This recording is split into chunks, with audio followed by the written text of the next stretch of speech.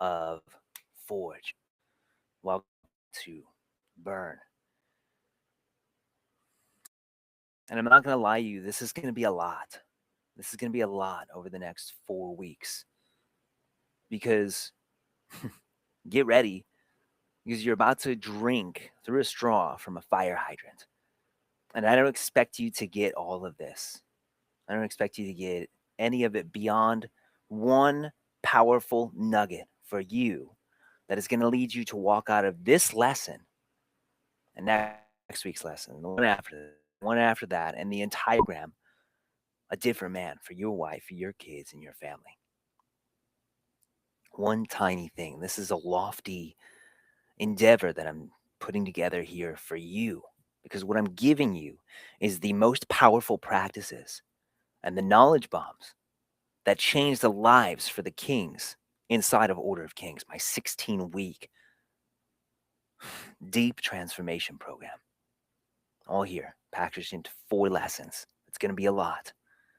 I'm going to give you the absolute best, and I'm going to try and make it as concise as possible so that you can not just walk in as a different man, but walk in as the transitional character for your family. And we're going to get into that. But before we begin any of this, you need to get clear on some things, and you're going to open up your journal. And if you don't have one, you're going to go on Amazon and you're going to journal, or you're going to type in the Amazon Basics notebook, the little black notebook. You're going to order that because you're going to start journaling. It's one of our foundational practices here. And you're going to answer a couple of questions. And you're going to pause me so that you can take time with these. I take 3 to 5 minutes on each one. Number 1 is, why are you here? Why are you sitting here listening to this module, getting ready to put in the sets and reps, the actual work now? Why are you doing this? Why? This is weird. Man's work, dad's work, husband's work. This is weird. It's not weird enough for me to forsake it because this is my work. This is my purpose here. God put me here to do this for you and to feed my family. Why are you here? Why are you here to make this change now? And 2, what is the biggest challenge that you're facing right now? What's broken? What's not working? And what's the cost of leaving that?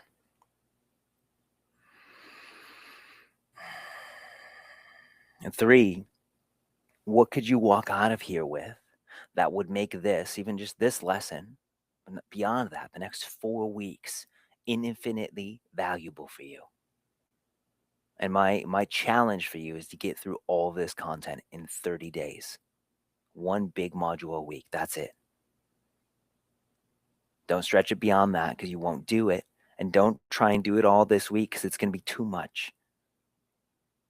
But what could you walk out of here with that would make this infinitely valuable?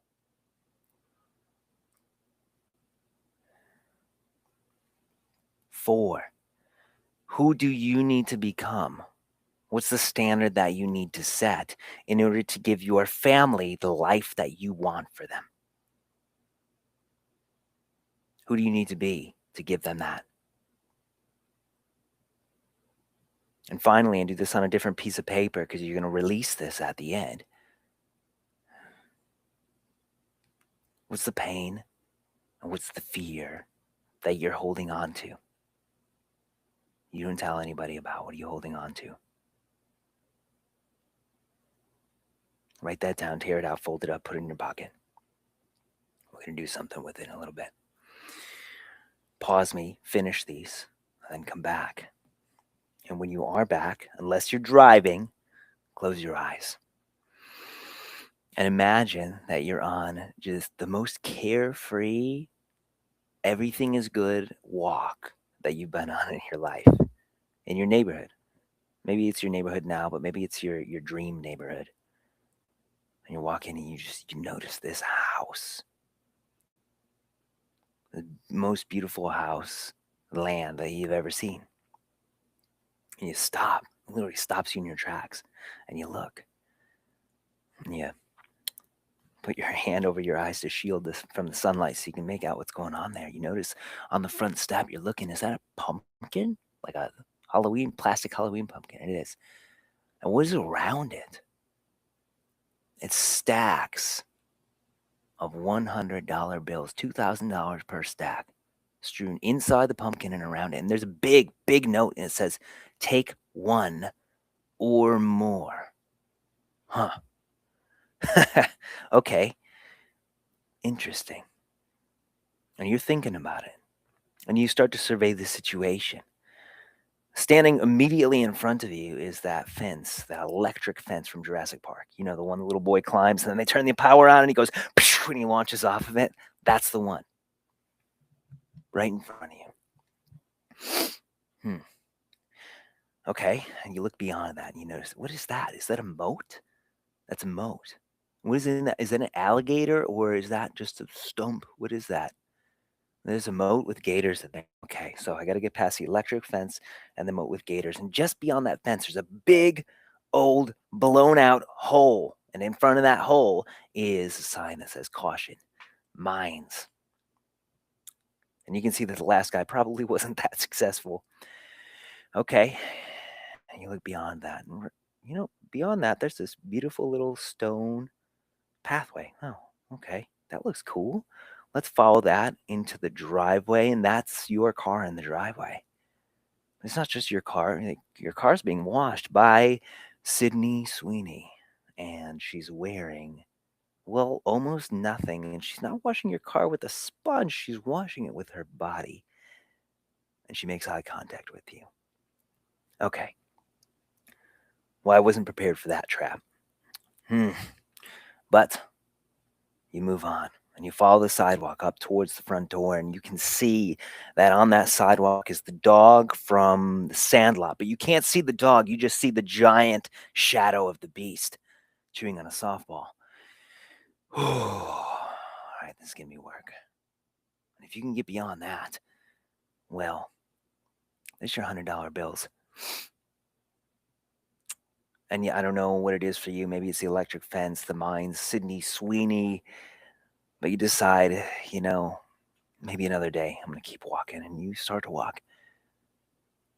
Then, in a moment, fire alarm starts to go off, and you start to notice smoke billowing outside of the upstairs window, and Sydney looks up, and your phone starts to ring. This is interesting, all happening at once. And you look at your phone, and there's a message, and that message says, help. It's not just that the house is on fire. It turns out that as you look at your phone, the people that you care about the most in your entire life, the most important people to you in all of existence, are upstairs in that house that has just started on fire. And a moment ago, you were about to just walk away. But now, what are you going to do to get into that house? You better believe that you're going to do whatever the hell it takes. And so you do. You get through the electric fence, you jump over the gator, and you take the path the other guy took because he blew up the mines, and you get onto that paver, beautiful stone walkway. Sydney tries to embrace you, but you shove her to the ground. She bounces. You try not to look too long. And then you throw a treat at the dog, the Sandlot dog. You get in up to that front door, you bust in the house, you run up those stairs, smoke billowing, covering your mouth with your shirt, and you bust into that upstairs room, and on that bed, it's not your wife, it's not your kids, it's you. It's you on that bed. The reality is that most of us, this is where we're at in our lives. Our house is on fire. And we built all these booby traps around it to keep everybody out, to make us think that we're safe. But the fire's on the inside of the house. we're burning.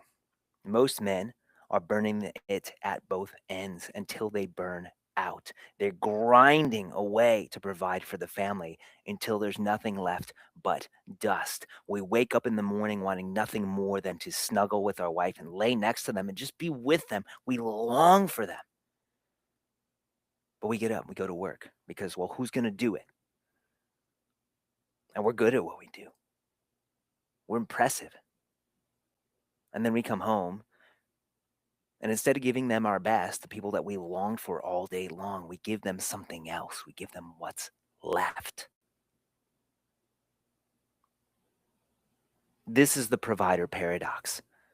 We do it all for them, but they don't get us. They don't get the gift that we have to give. They just get the leftovers.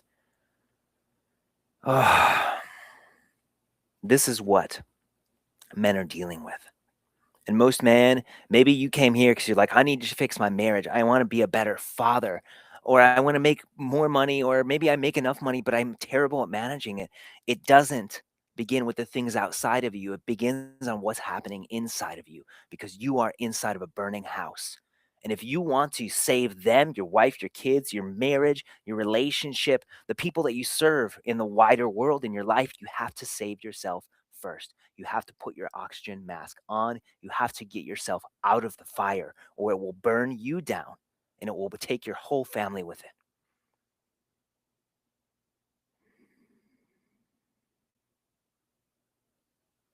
This is it, guys.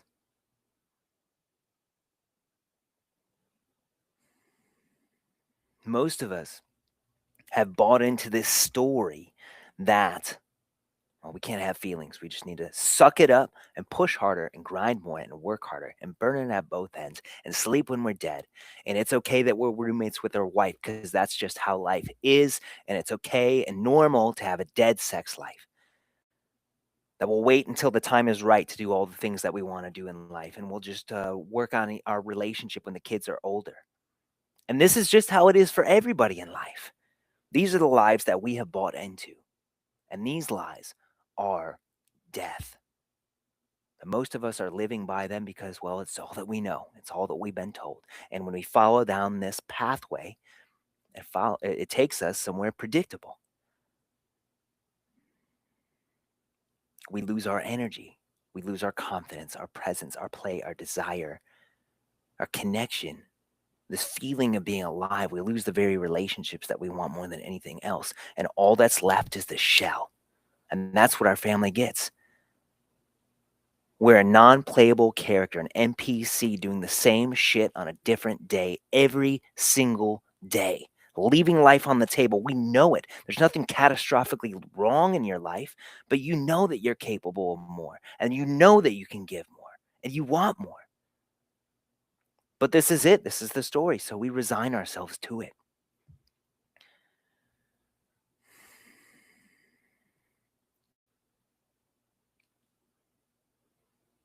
Most of us, though,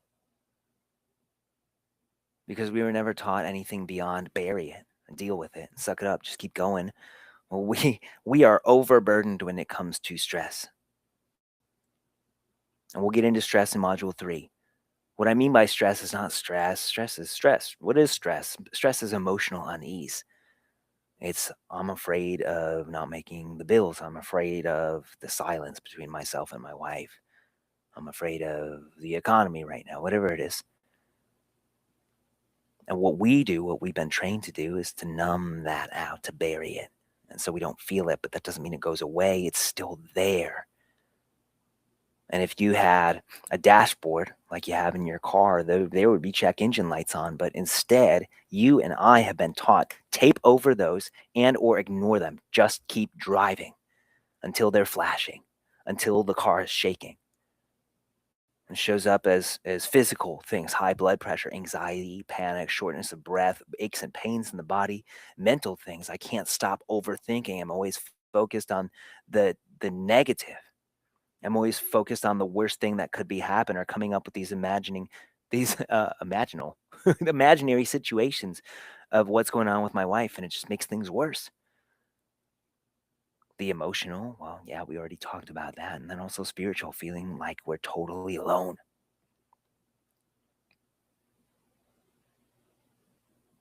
This is the pathway that most men are going down. This is the provider paradox. We're cut off from the ones that we want more than anything else in this life.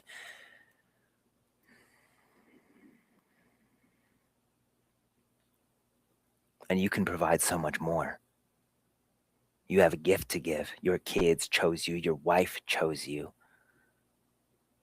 and you have something to give them. And to be able to break out of this story and the provider paradox requires skill, it requires capacity that we were not given as boys, that we are not given as men. And this right here, this is your invitation to become hard to kill and easy to love, to be the love wrapped in strength and the strength wrapped in love that your family needs, to lead from devotion and to write a different story than the one that you are living right now and that your father probably lived as well for your kids and for the generations that follow. This is the forge. You have to keep calm, get yourself out of that burning house, and either, well, put the fire out and rebuild the house or build a new house altogether. We have to do this.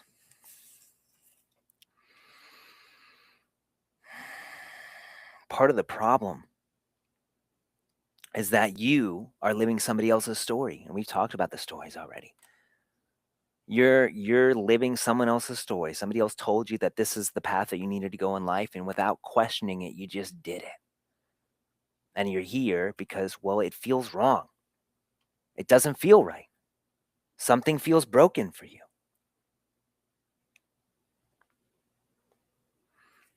And when you're following somebody else's story, when you're building someone else's vision, you're not just building somebody else's vision, living somebody else's story. You're setting your kids up to go down that same pathway as well. And so it's almost as if somebody else is raising your children and telling them what's possible.